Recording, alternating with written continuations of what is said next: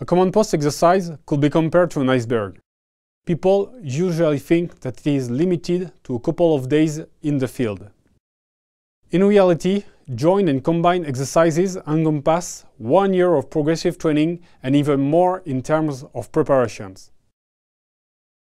The culmination of the training is the deployment of the final command post exercise, which is the most spectacular part of the exercise. The deployment is spectacular and usually retains the attention of the visitors. However, these 2 weeks of collective training only represent a small part of the training sequence that lasts about a year and is called in its entirety exercise. Joint exercises provide a long and progressive training path for High Readiness Forces HQ. Exercising over a period of a year is not only compliant with the training model recommended by NATO, but also dictated by common sense.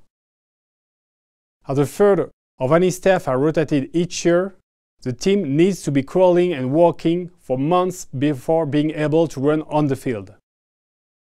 Training audience is committing to the training through a series of activities, starting with the review of the documentation such as doctrine manual, standards of procedures, and definition of training objectives, continuing with academics and crisis response planning, and finishing with the deployment. Therefore, the first 3 months are used by the training audience to adapt the CP and the procedures to the mission specified by the superior echelon, doing the exercise design in a comprehensive, joint and combined environment. The foundation training is achieved through a series of specific academics and study days. Even the individual training is oriented to satisfy the exercise requirements. Exercise participants are being trained on all the functional area software applications that will be used in the deploy command post. The first period is concluded with battle staff training. The battle rhythm and riposte system are tested. This ensures that the individuals and groups are technically ready to assume the mission. At this stage, staff integration is expected to be achieved. Therefore, no shift to staff output and quality of the product. During the next 3 months, the HQ will conduct crisis response planning. Firstly, the staff analyzes key theater factors during the so-called comprehensive preparation of the operational environment. This includes a review of theater knowledge with regards to political, military, social, information, and infrastructure aspects. Goal and courses of action of the different protagonists are assessed in order to be able to conduct a mission analysis later on. The campaign plan is then developed. During several weeks, the staff will develop all the necessary orders to conduct the mission. The joint planning group is established. It produces an operational plan covering the whole campaign. This is an excellent opportunity to practice long-term planning and to conduct decision-making with a mission analysis briefing followed by a decision brief. This training activity ends with a transition to the mid-term planning team, the so-called Joint Operation Planning Group. Over a period of additional weeks, this team develops an order of operations. This order will cope with a specific operational situation and support the conduct of operations, once the command post will be deployed. Before this order is released, the course of action is rehearsed and finally coordinated during a wargaming session. Representatives from superior and subordinate echelons are involved. Subunits are asked to backbrief their orders. The staff is now ready to deploy on the field. Within a fully fledged command post, staff personnel has the opportunity to practice during 2 more weeks all the techniques, tactics, and procedures acquired over the past year. The staff has the opportunity to conduct operations within a consistent and realistic training environment. It is able to interact with all the actors, superiors and subordinate echelons, supporting commands, civilians and media, and opposing forces.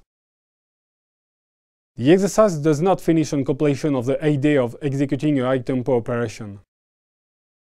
Even if an immediate after-action review is conducted directly on the training area with trainings and observer trainers, back in barracks, exercise participants take an additional month to analyze what was achieved over the previous 11 months. Points to sustain and areas for improvement have been captured as lessons identified during the entirety of training evolution and will finally feed a remedial action list which is validated by the command group. This analysis process is generally comprised of after-action reviews, hot wash-up and post-exercise discussions. Now that we understood that exercise encompasses a year of progressive and sequences activity for trainees, we will consider in a second part the role of the trainers who construct and support the training. Joint exercises do not only challenge the training audience but the support group. More or less 2 years before the deployment phase of the exercise, one HQ is designated as officer conducting the exercise. The responsibility for the different field areas will have support budgets and logistics, communication systems, scenario, information management, is given to a team of officers on a full-time basis under the lead of an officer with primary responsibility (OPR). The team will be reinforced by subject matter experts and representatives for the participating HQ and formation during key planning events. The exercise support lasts from 12 to 18 months and is delivered by 2 cross-functional and PAN HQ teams. One manages the scenario during the crisis response planning and also the military and civilian world players that interact with the training audience during the deployment phase. The other organizes the deployment and sustains it.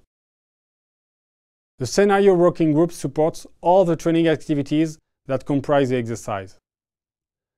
Over several months, they adapt the scenario to portray a realistic and consistent training environment. They populate the simulation system with a detailed order of battle. They answer the operational questions raised by the training HQ during the crisis response planning. And before and during the deployment, they develop, approve, and control script or impromptu play, input information and activity to the training audience with a view to provoke a desired reaction or play and set the conditions for the training audience to achieve their training objectives. The training audience is diving in a virtual world.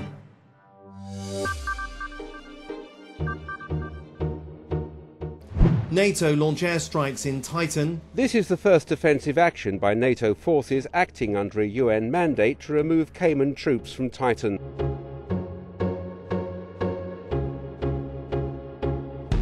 NATO forces are committed to your freedom, shoulder to shoulder with your national security forces.